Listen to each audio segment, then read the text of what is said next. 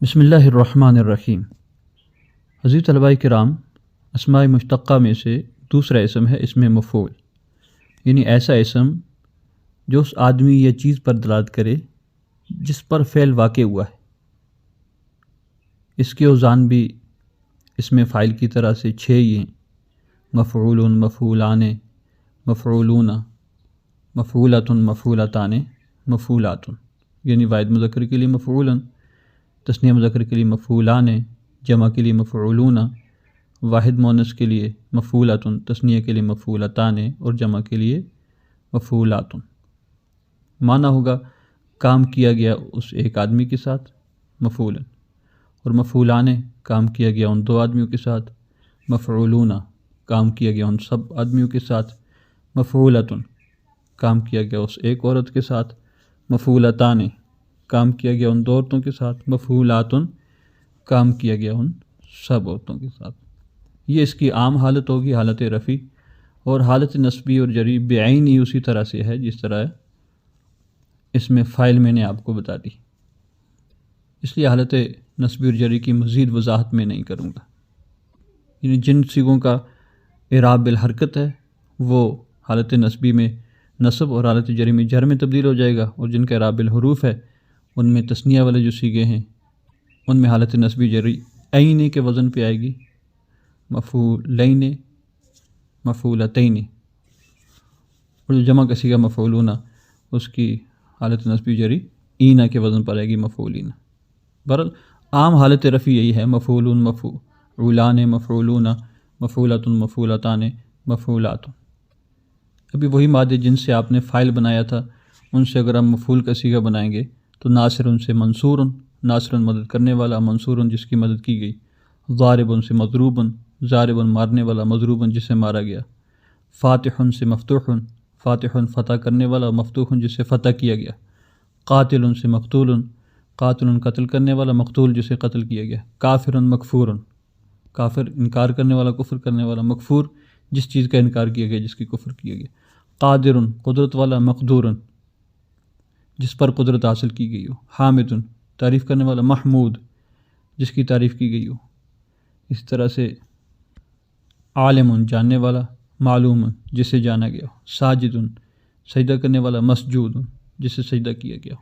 اس طرح سے جتنے بھی اوزان ہیں مفعولن کے وزن پہ آتے ہیں، جیسا کہ بہت سے نام بھی اردو میں استعمال ہوتے ہیں: محمود، منصور جس کی مدد کی گئی، مجبور جس پر جبر کیا گیا، ملعون جس پر لعنت کی گئی ہو، مشہور جسے شہرت مل گئی ہو، وغیرہ ذالک۔ کئی مثالیں پیش کی جا سکتی ہیں، اور ان میں سے ہر صیغے کی پھر پوری گردان، مثلا منصور، منصوران، منصورون، منصورات، منصورتان، منصورات، اور اسی طرح سے اس کا ترجمہ، مدد کیا گیا وہ ایک شخص، مدد کیا گیا وہ 2، اور وہ سب۔ یہ بنانا اب آپ کے لیے کوئی مشکل نہیں ہے۔ کوئی بھی مادہ ہے، مثلا جیسے ہم نے کاف تا با کی عام طور پہ مثالیں پیش کی ہیں، تو آپ الکتابہ تو اس سے ماضی بناتے ہیں، کاتبہ، مضارع یکتب، امر اکتب، نہیں لا تکتب، فاعل کاتب، مفعول بنے گا مکتوب۔ تو یہ اوزان آئیں گے اس صورت میں جب ماضی 3 حرفی ہو۔ کسی ایسے مادے سے ہم مفعول بنانا چاہیں جس کی ماضی 3 حرف سے زیادہ ہو، 4 حرفی ہو یا اس سے زیادہ ہو، یعنی وہ ثلاثی مجرد نہ ہو، تو اس سے مفعول اس وزن پر نہیں آئے گا۔ مفعول، مفعولان، مفعولون، مفعولۃ، مفعولتان، مفعولات، ان اوزان پر نہیں آئے گا، بلکہ اس باب سے مفعول بنانے کے لیے ہمیں ویسے ہی جیسے فاعل میں ہم نے فعل مضارع کے پہلے صیغے سے کام لیا تھا، اس میں بھی فعل مضارع کے پہلے صیغے سے بنانا ہوگا۔ بنانے کا طریقہ 3 پوائنٹس میں لکھ لیں۔ نمبر 1، فعل مضارع کے پہلے صیغے کی علامت مضارع ختم کر کے اس کی جگہ میم مضموم لے آئیں، جیسے کہ اس میں فاعل میں تھا۔ نمبر 2، ما قبل آخر جو عین کلمہ آخر سے پہلے آ رہا ہے اس پہ اگر فتح نہیں ہے تو اسے فتح دے دیں، اگر فتح ہے تو ٹھیک ہے،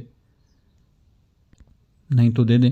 اور تیسرا کام کہ اسم کی علامت کے طور پر آخر میں تنوین لے آئیں، یہ بن جائے گا اسم مفعول۔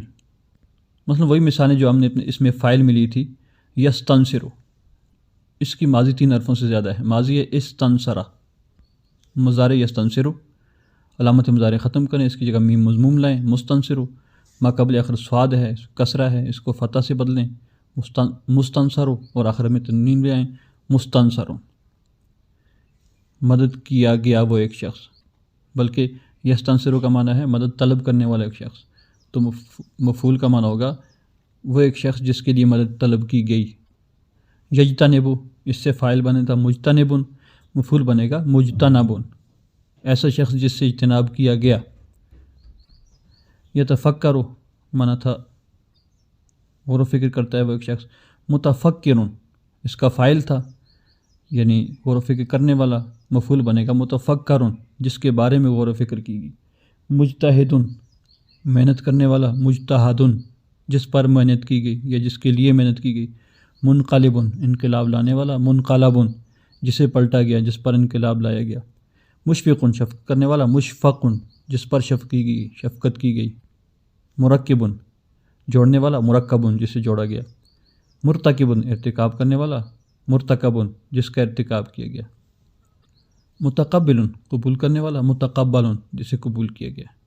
یہاں میں چند مثالیں آپ کو عام عوامی غلطیوں میں سے بھی دے دوں کہ جو مفعول کے صیغے ہوتے ہیں لیکن انہیں لوگ اردو میں فاعل کے صیغے کے طور پر استعمال کر رہے ہوتے ہیں۔ مثلا متوفیون وفات دینے والا، موت دینے والا، اور متوفا جسے موت دی گئی، تو لوگ پڑھتے ہیں متوفی فلاں، متوفی فلاں یعنی فلاں شخص متوفی، حالانکہ متوفی کا معنی ہے وفات دینے والا، موت دینے والا، متوفی اللہ ہے، یہ شخص ہوگا متوفا۔ اس طرح تحریرات وغیرہ میں لکھا ہوتا ہے من مسمى، ہمارے طالب علم مسمى فلاں بن فلاں، طالبہ مسمات فلاں بن فلاں، تو اس کو لوگ پڑھتے ہیں مسمی۔ مسمی کا معنی ہے نام رکھنے والا، اور مسمى جس کا نام رکھا گیا ہو، تو مسمی تو وہ شخص ہے جس نے اس کا نام رکھا ہے، یہ خود مسمى ہے۔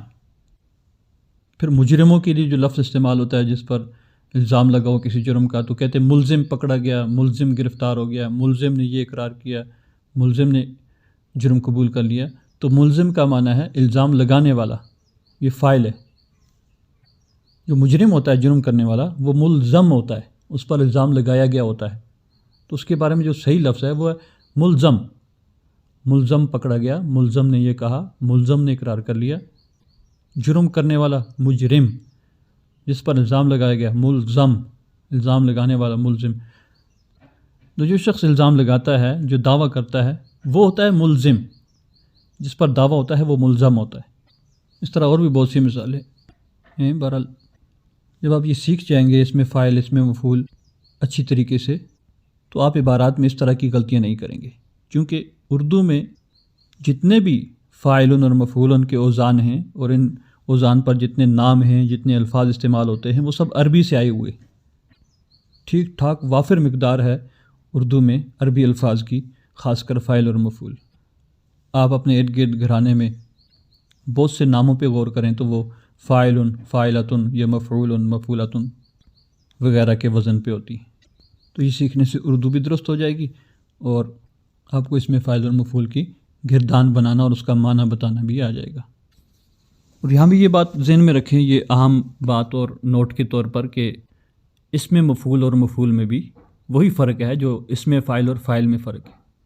اس میں مفعول وہ ہے جو آپ نے پڑھ لیا، ان اوزان پہ جتنے بھی صیغے آئیں گے، جتنے بھی الفاظ آئیں گے، مفعول، مفعولان، مفعولون، مفعولۃ، مفعولتان، مفعولات، یا وہ مضموم والا وزن ہے، یہ تو کہلائے گا اس میں مفعول۔ لیکن عبارت میں جہاں کہیں فعل کے بعد ایک فاعل اور پھر ایک مفعول ہوتا ہے جملہ فعلیہ میں، جب آپ منصوبات پڑھیں گے اس میں آپ مفعول کے بارے میں پڑھیں، مفعول بہ، مفعول مطلق اور مفعول لہ وغیرہ بہت سی قسمیں ہیں۔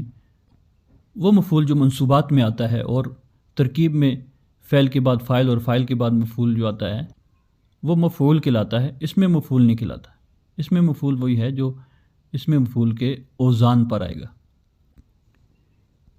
اس میں مفعول اور مفعول میں فرق سمجھنے کے لیے یہ عبارت بھی اپنے پاس نوٹ کر لیں، اسے بھی اچھی طریقے سے دیکھ لیں اور سمجھنے کی کوشش کریں کہ اس میں مفعول وہ اسم مشتق ہے جو آپ نے اس باب میں سیکھ لیا، لیکن جب مفعول کا لفظ بولا جائے تو اس کے اندر اگرچہ 5 مفاعیل جو آپ پڑھیں گے منصوبات میں، مفعول بہ، مفعول مطلق، مفعول لہ، مفعول فی، مفعول معہ، یہ پانچوں آ جاتے ہیں، لیکن عام طور پر جب مفعول کا لفظ بولا جاتا ہے اس سے مفعول بہی ہی مراد ہوتا ہے۔ تو اور مفعول بہی ہر اس اسم کو کہا جاتا ہے جس پر فاعل کا فعل واقع ہو جائے اور وہ منصوب ہو، یعنی جس فعل کا عبارت میں ذکر ہو رہا ہے وہ فعل جس فاعل نے کیا ہے اور جس پر وہ واقع ہوا ہے، یہ تینوں عبارت میں مذکور ہیں، اور اعرابی حالت میں وہ منصوب ہے، عبارت میں وزن اس کا مفعول والا نہیں ہے، یعنی اس میں مفعول والا وزن نہیں ہے، تو یہ کہلائے گا مفعول بہی کہلائے گا، اس میں مفعول نہیں کہلا سکتا۔ اس میں مفعول وہی ہوگا جو اس میں مفعول کے وزن پر ہوگا۔ امید ہے یہ فرق بھی آپ کو سمجھ میں آ گیا ہوگا اور مفعول کے بارے میں بتائی گئی ساری تفصیل آپ سمجھ گئے ہوں گے۔ پھر بھی اگر کوئی ابہام باقی ہے تو آپ کمنٹس باکس میں ضرور سوال پوچھ کے ابہام دور کر لیا کریں۔ سبحان اللہ و بحمدہ، سبحانک اللہم و بحمدک، ونشہد ان لا الہ الا انت نستغفرک و نتوب الیک۔